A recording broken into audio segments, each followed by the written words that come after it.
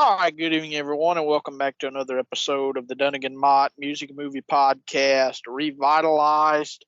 So today, this is probably going to be a short episode, but today we are going to be doing a news episode. So this is something we haven't done, I think, since way back when we first started doing the podcast. So I've just jotted down a few news stories that I found to be kind of interesting, and we're just going to kind of go back and forth on some of these. So I want to introduce, of course, to you, Mr. Stephen Mott. How you doing today, brother? Oh, yes, I'm doing great. In the last episode, I didn't even have an introduction. Yeah, I forgot. I just remembered that. So, yeah, let's go ahead and dive on into this news. So, Kiss is to release a Creatures of the Night box set. I believe it's supposed to come out in October or November of this year. It's a very, very extensive box set. It features the original album remastered, and then 2 discs of demos and outtakes, then a double disc live album, and then another disc which is a Blu-ray 5.1 surround sound audio version of the album. And this box set is extremely high priced, and it's $300. I hope the price goes down eventually, but as of now, if it doesn't, I've got to pass on this box set. As much as I hate to, and as much as it looks great, I'm probably just going to have to pass on this unless the price doesn't come on down. Because to me, for 5 discs and then a bunch of stuff that I'll probably never do much with, I don't know if I'll buy this. I am going to buy the 2-disc version, and I did buy the 2-disc version of the Destroyer one that came out back the beginning of this year, I think it was, or last year. So my days get so mixed up. I mean, I can't even remember. But I bought the 2-disc version of that from Walmart, but I don't own the Destroyer box set because it's still almost like $200, and I'm just not really interested in paying that much. Because I mean, there are a lot of other box sets, like for instance, Whitesnake does a lot of box sets, and then Black Sabbath, they've been doing a lot of box sets, and they're very, very affordable. I mean, even the Dio one that just came out with Holy Diver is very, very affordable. But the way I see this one, I mean, it's a great package. It looks great, but I'm probably going to just settle for the 2-disc. I think the 2-disc covers everything perfectly, but that's just my opinion. So I'm hoping they continue doing these box sets going forward, and maybe we'll get something for like Revenge or maybe Psycho Circus, or maybe, I mean, even one of the newer records. I mean, if we could get maybe a good live album from that or something like, I mean, just something. And then they're doing the Off the Soundboards, and the new one actually comes out next month. And I'm got to pre-order that where I can get it when it comes out, because I'm really looking forward to hearing that. It's from the Alive 2 tour, but that's old news, so that's the reason I didn't jot that down here. But Stephen, what are your thoughts on this box set that's coming up? Well, I think it's good that they're releasing stuff continually, like because Eric Clapton's doing stuff like that too a lot as of late. But I think it's a good thing in general. But like you said, the overpriced stuff has got to stop. I mean, it's almost become very apparent, overly apparent, that they're trying to make money, way too much money off of this. And like you said, Whitesnake is, releasing stuff that's not near this price. And I mean, I don't know. I mean, seriously, but I mean, the thing is I would probably have to make a pass on this one, and over my teeth and under it pass, because it's definitely, I mean, it's not going to happen. I'll tell you that right now, because I mean, Stanley Earl wouldn't like it. So if he wouldn't like it, I'm not going to like it either, basically. So back to you, Devin.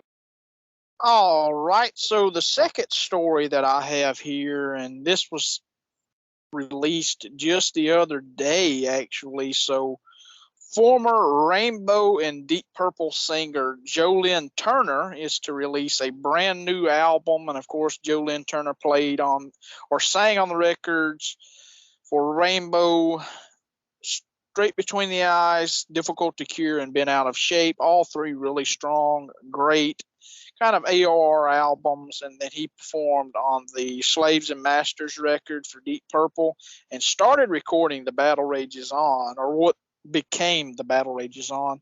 But I heard the song.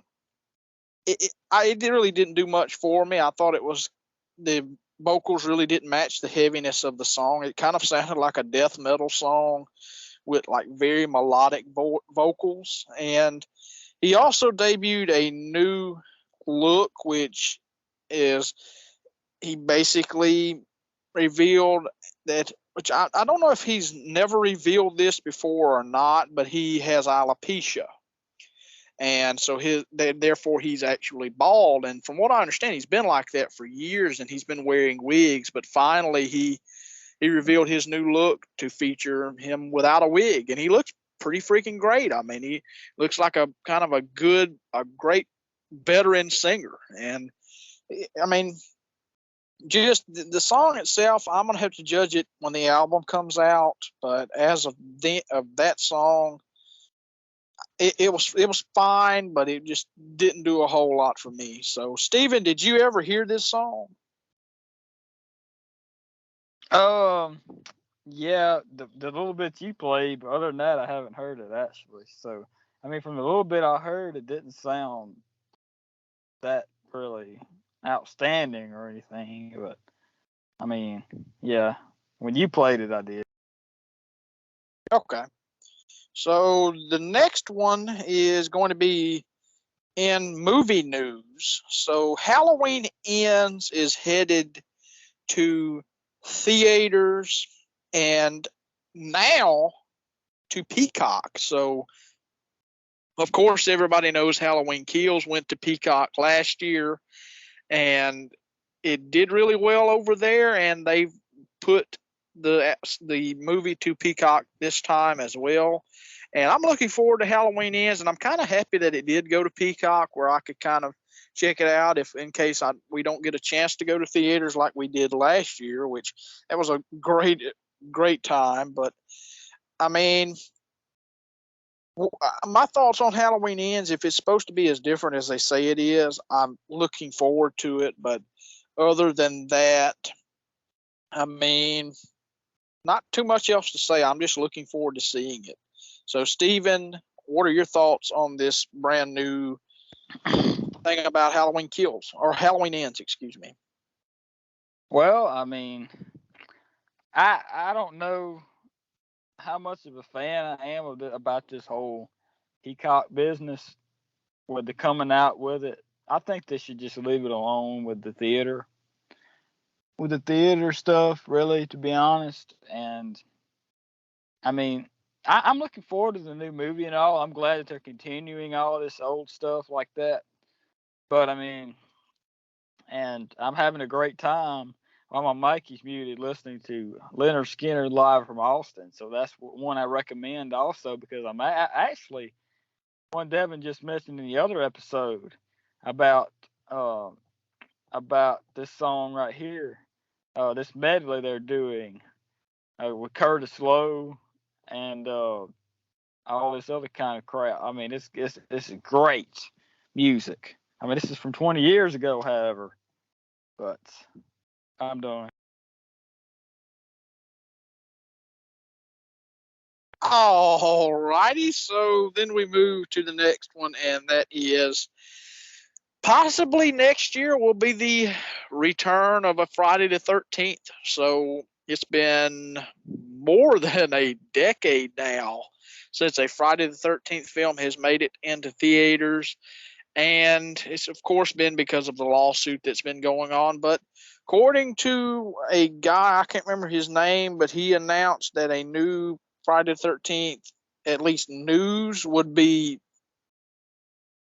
talked about pretty soon. But then came out just the other day with the original director and producer Sean S. Cunningham on his Cameo account had producer of the long-running Friday the 13th, and then with a possible 13th install, or with a 13th installment coming in 2023. So yeah, I'm looking forward to it. I hope that they do a very good job. I'm really not a fan, though, if they try to do this rebooting thing like they did with Halloween Kills.